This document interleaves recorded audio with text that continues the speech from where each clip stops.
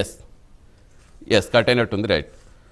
దర్శిత్ గారు, అంటే ఎంఓయూలు ప్రకటనలు కంటే అమలు ముఖ్యమని చెప్తున్నారు వైసీపీ నేతలు, మీరేం చెప్తారు? ఖచ్చితంగా చంద్రబాబు ట్రాక్ రికార్డ్ పరిశీలిస్తే ఆయన చెప్పినవన్నీ కూడా నెరవేర్చారండి. గతంలో అయితే ఐటీ రెవల్యూషన్ సందర్భంగా ఆంధ్రప్రదేశ్కి నాటి ఉమ్మడి ఆంధ్రప్రదేశ్ ఐటీని తీసుకొచ్చినప్పుడు కూడా చాలా మంది పెద్దలు మాట్లాడారు, కంప్యూటర్లు కూడిపెడతాయా అన్నారు. మరి ఈ రోజు ఆ కంప్యూటర్లే కూడిపెట్టే పరిస్థితి వచ్చింది. కాబట్టి ఏంటి, ఐటీ ఒక టెక్ సేవీ చీఫ్ మినిస్టర్ గా చంద్రబాబు నాయుడు గారికి ఒక మంచి పేరుంది, ఒక బ్రాండ్ ఇమేజ్ ఉంది.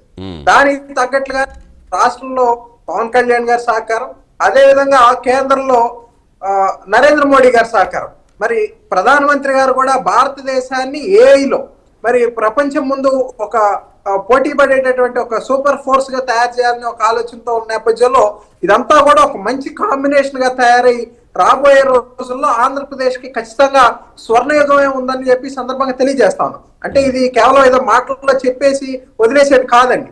దానికి తగ్గట్టుగానే మరి ముఖ్యమంత్రి గారు కూడా నిరంతరం దాన్ని పర్యవేక్షిస్తూ దానికి ప్రణాళికలు రచిస్తూ మరి ముందుకెళ్తా ఉన్నటువంటి పరిస్థితి ఉంది.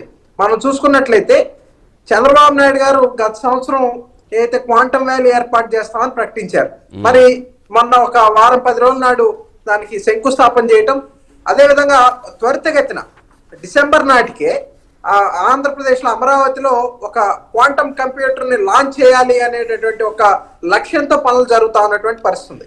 ఇక్కడ ఈ క్వాంటమ్ కంప్యూటర్ ఒకసారి వచ్చిన తర్వాత మరి దానికి అనుబంధంగా రీసెర్చర్స్ కానివ్వండి, స్టార్టప్స్ కానివ్వండి, కంపెనీలు కానివ్వండి, వీటన్నిటికీ కూడా ఒక ఫెసిలిటీ సెంటర్ ఏర్పాటు చేసి ఒక ఎకోసిస్టమ్ క్రియేట్ చేసి మరి దాన్ని ప్రపంచ స్థాయిలో పోటీ పడేటటువంటి ఒక ప్రాంతంగా ఏర్పాటు చేయాలనేటటువంటి ఒక ఆలోచనతో ప్రభుత్వం ముందుకెళ్తా ఉంది. అయితే చాలా మంది విమర్శిస్తా ఉంటారండి, ఇవన్నీ కూడా మాటలకే పరిమితం చేస్తారని అనొచ్చు. కానీ మరి గతంలో అటు టెక్నాలజీ కానివ్వండి, అలాగే బయోటెక్నాలజీని కూడా చంద్రబాబు నాయుడు గారు ఇది ఒక మంచి కాంబినేషన్ గా ఉంటుందని చెప్పి జినోమ్ వ్యాలీ ఏర్పాటు చేసినటువంటి పరిస్థితి కూడా చూసాం. ఆనాడు కూడా చాలా మంది ఎగతాళి చేశారు, కార్పొరేట్ కంపెనీలన్నింటికీ కూడా భూములు దోచిపెడతా ఉన్నారని విమర్శ చేశారు.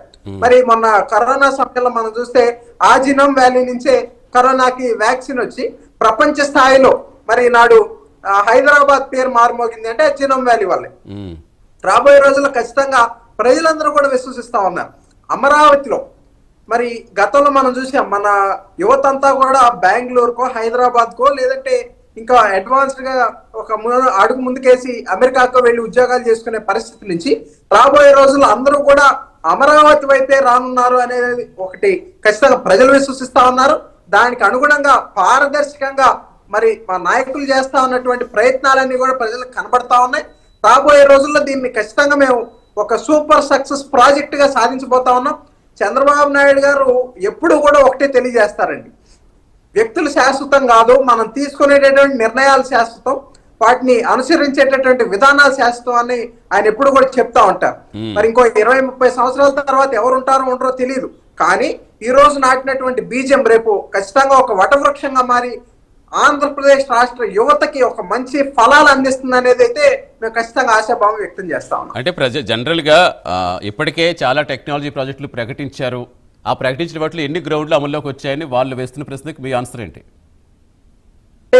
ఒకటి మనం చూసుకున్నట్లయితేనండి, ఆంధ్రప్రదేశ్ లో గత 5 సంవత్సరాలు కేవలం సంక్షేమం మీదే నడిపి అసలు అభివృద్ధిని పడుకోబెట్టేసినటువంటి ప్రభుత్వాన్ని ఈ రాష్ట్ర ప్రజలు చూసి కాదు, మాకు సంక్షేమం అభివృద్ధి రెండు కళ్ళుగా ప్రభుత్వం పరిపాలన చేయాలని చెప్పి తెలుగుదేశం పార్టీ కూటమికి అధికారాన్ని కట్టబెట్టినటువంటి పరిస్థితుల్లో మేము తదనుగుణంగా మనం చూసుకున్నట్లయితే అటు ఉత్తరాంధ్ర డెవలప్ అవ్వాలి, రాయలసీమ డెవలప్ అవ్వాలి, అమరావతి ప్రాంతం ఖచ్చితంగా అభివృద్ధి జరగాలి, 3 ప్రాంతాలని కూడా సమంగా అభివృద్ధి చేసుకుంటూ ముందుకెళ్లాలనే ఉద్దేశంతో అటు ఉత్తరాంధ్రలో మనం చూసుకున్నట్లయితే మరి గూగుల్ డేటా సెంటర్ కానివ్వండి, అదేవిధంగా టీసీఎస్ లాంటి అనేక దిగ్గజ సంస్థలు కానివ్వండి అక్కడ ల్యాండ్ చేసినటువంటి పరిస్థితి ఉంది. అదేవిధంగా రాయలసీమ ప్రాంతానికి సంబంధించి సెమీ కండక్టర్ యూనిట్ కానివ్వండి, ఇటువంటి అనేకమైనటువంటి పరిశ్రమలన్నీ కూడా రాయలసీమ ప్రాంతంలో ఏర్పాటు చేయాలని అని ఇప్పుడు ఖచ్చితంగా పనులన్నీ కూడా జరుగుతా ఉన్నటువంటి పరిస్థితుల్లో